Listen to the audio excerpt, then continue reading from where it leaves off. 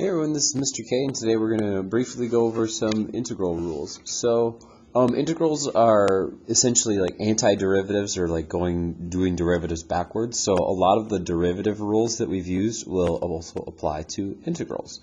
So, the one unique rule about integrals would be that if I have the integral from a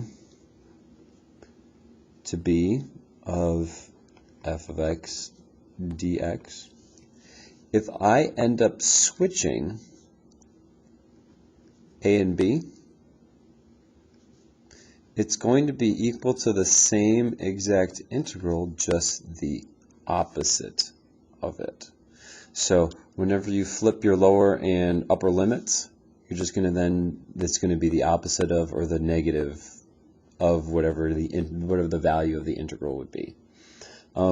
There's the zero property. So if I have the integral from a to a of f of x dx, that just equals 0.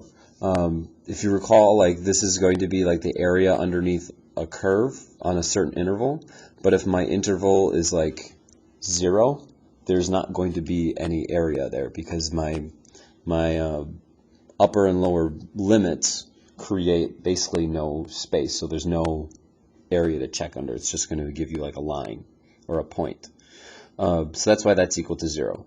Constants kind of behave the same as they do for integrals. If I have a times b, we'll say c is a constant, so any number c, and then I'll have that times f of x dx.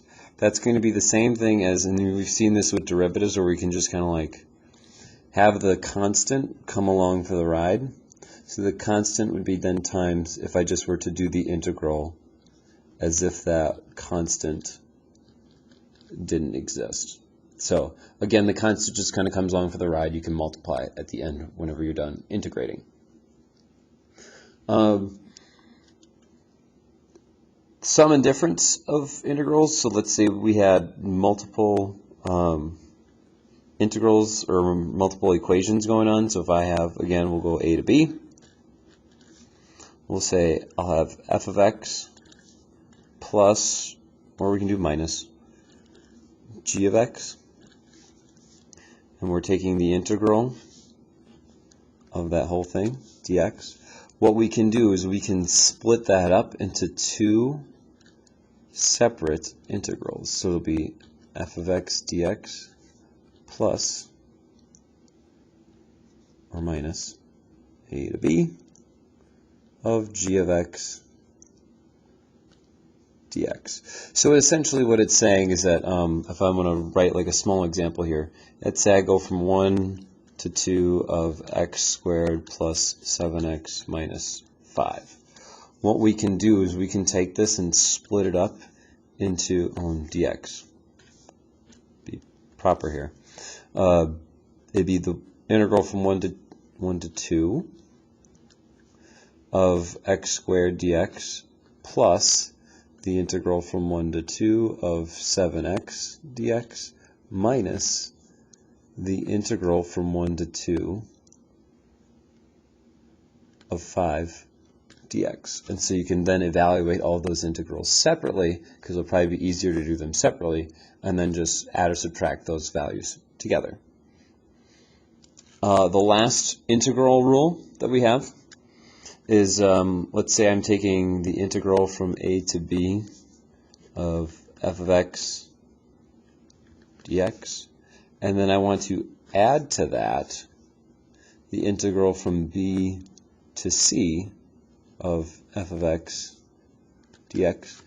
If you look at, like, since the upper limit on the first integral is equivalent to the lower limit on the second integral, essentially you're kind of connecting those two intervals, and you can make it just one big interval since they're connected to each other. So this is equivalent to if I were just to take the integral from a to c of my f of x dx. So again, an example of something like that would be if I had the integral from 0 to 3 of x to the third, and then I'm going to add to that the integral from 3 to 5 of x to the third, and this would be dx. I can then just rewrite that as the integral from 0 to 5 of x cubed dx. So those are just, again, some rules that integrals follow whenever you're trying to evaluate integrals. A lot of it has to do with the upper and lower limits. And again, they kind of behave how you would expect them to. And a lot of those rules are similar to what we had with our derivatives. So hope you found this video helpful. Thank you so much, and I'll catch you in the next one.